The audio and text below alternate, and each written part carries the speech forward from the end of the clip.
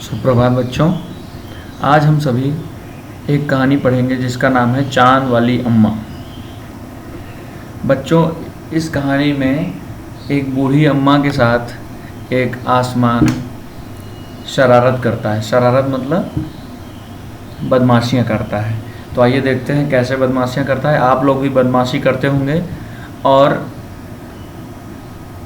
जैसे झाड़ू, पंख, कागज़, गुब्बारा, इन सभी चीज़ों का इस्तेमाल करते हुए आप शरारत करते होंगे।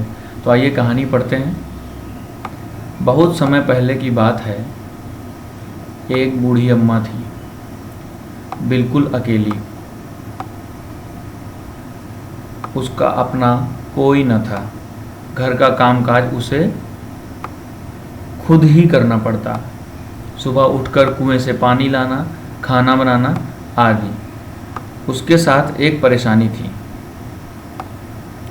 वह रोज सुबह उठकर जब घर में झाड़ू लगाती तब तक तो सब ठीक रहता। जैसे ही वह आंगन में जाती और झाड़ू लगाने के लिए झुकती, तभी आसमान आकर उसकी कमर से टकराता। अम्मा उसे घूर कर देखती तो वह थोड़ा हट जाता। फिर वह जैसे ही दोबारा झुकती, आसमान फिर अपनी हरकत दोहराता। एक दिन, 2 दिन, 3 दिन, लगातार यही क्रम चलता रहा। एक दिन, 2 दिन, 3 दिन लगातार यही क्रम चलता रहा। अम्मा झाड़ू लगाए और आसमान उसे तंग करे। देखते हैं आगे क्या होता है।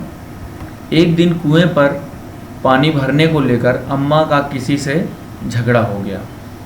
ये देखिए, अम्मा का झगड़ा इन लोगों से हो गया। आगे देखते हैं। अम्मा ज़रा गुस्से में थी। अम्मा ज़रा गुस्से में थी। वह झाड़ू उठाकर आंगन में गई। आंगन मतलब सब लोग जानते होंगे बेटा, घर के अंदर एक खुले आसमान के नीचे एक जगह होती है जिसे आंगन कहते हैं। और जैसे ही झुकी, आसमान में अपनी आदत के अनुसार उसे फिर छेड़ा। आसमान ने अपनी आदत के अनुसार उसे फिर छेड़ा। छेड़ने का मतलब परेशान किया। अम्मा ने आओ देखा ना ताओ। आओ देखा ना ताओ मतलब बिना कुछ सोचे समझे, बिना कुछ इधर उधर देखे, उसने कस कर एक झाड़ू आसमान को दे मारी। कस कर मतलब पकड़ कर, कायदे से पकड़ कर उसे आसमान को मार दिया। आसमान झट हट गया। झट का मतलब तुरंत। झट का मतलब होता है तुरंत। पर वह भी अपनी आदत से मजबूर था। दूसरी बार फिर अम्मा के झुकते ही टक्कर मारने लगा। अम्मा ने फिर पूरी ताकत से उस पर वार किया। वार का मतलब प्रहार किया। उसी झाड़ू से फिर उसे मारा। ये देखिए, ये आसमान है।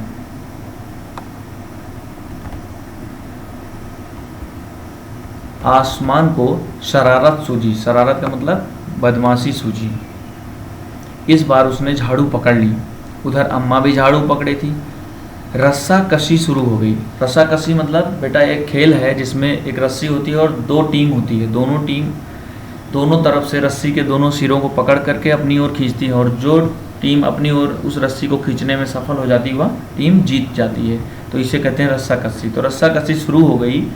झाड़ू का ऊपर वाला हिस्सा आसमान पकड़े हुए था, तो नीचे वाला हिस्सा अम्मा। दोनों छोड़ने को तैयार नहीं थे। अम्मा चिल्लाई, छोड़ मेरा झाड़ू, मेरे पास एक यही झाड़ू है। तब भी आसमान ने नहीं छोड़ा। बूढ़ी अम्मा कब तक रस्सा कस्सी करती, थक गई। आसमान ने झाड़ू खींचना नहीं छोड़ा। अब वह झाड़ू के साथ ऊपर उठने लगा। उसके साथ साथ झाड़ू पकड़े हुए अम्मा भी ऊपर जाने लगी। वह चिल्लाई, मुझे नीचे छोड़ दे। आसमान ने कहा, अम्मा अब मैं तुम्हें नहीं छोड़ूंगा, ले चलूंगा ऊपर, वहीं झाड़ू लगाना। देखिए कैसे अम्मा को आसमान खींचकर ऊपर आसमान में ले गया। अम्मा अब झाड़ू नहीं छोड़ सकती थी क्योंकि वह बहुत ऊपर पहुंच चुकी थी। अम्मा अब झाड़ू नहीं छोड़ सकती थी। क्यों नहीं छोड़ सकती थी? क्योंकि वह बहुत ऊपर पहुंच चुकी थी। तभी उसे वहाँ चांद दिख गया। सबको पता है आसमान में चांद होता है, तारे होते हैं, सूरज होता है, और क्या, और बहुत सारे जानवर भी उड़ते हैं। झट अम्मा ने पैर बढ़ाया और चांद पर चढ़ गई। अम्मा ने तुरंत चांद पर चढ़ गई, पर झाड़ू नहीं छोड़ी। आसमान को फिर शरारत सूझी। उसने सोचा, अम्मा तो चांद पर चढ़ गई है, यदि चांद उसकी मदद करेगा तो मैं हार जाऊंगा, इसे यहीं रहने दूं। ऐसा सोचकर उसने झाड़ू छोड़ दिया। अब अम्मा ने अम्मा वहीं रह गई। उसके बाद अब आसमान ने क्या किया, वो झाड़ू वहीं छोड़ दिया, तो अम्मा वहीं चांद पर ही रह गई। अम्मा झाड़ू सहित चांद पर रह गई। वह इतनी थक गई थी कि झाड़ू पकड़े पकड़े ही चांद पर बैठ गई। आसमान ऊपर चला गया। उस दिन से आज तक बूढ़ी अम्मा झाड़ू पकड़े चांद पर बैठी है। बहुत ही रुचिकर कहानी थी बेटा ये। इसको तारा निगम ने लिखा हुआ है, इस कहानी को। इसकी लेखिका तारा निगम है। तो आप सभी को कहानी समझ में आई होगी। एक बार आप ध्यान से इसको फिर से पढ़िए, एक एक शब्द को बिल्कुल ध्यान से पढ़िए और इस कहानी को एंजॉय करिए। धन्यवाद।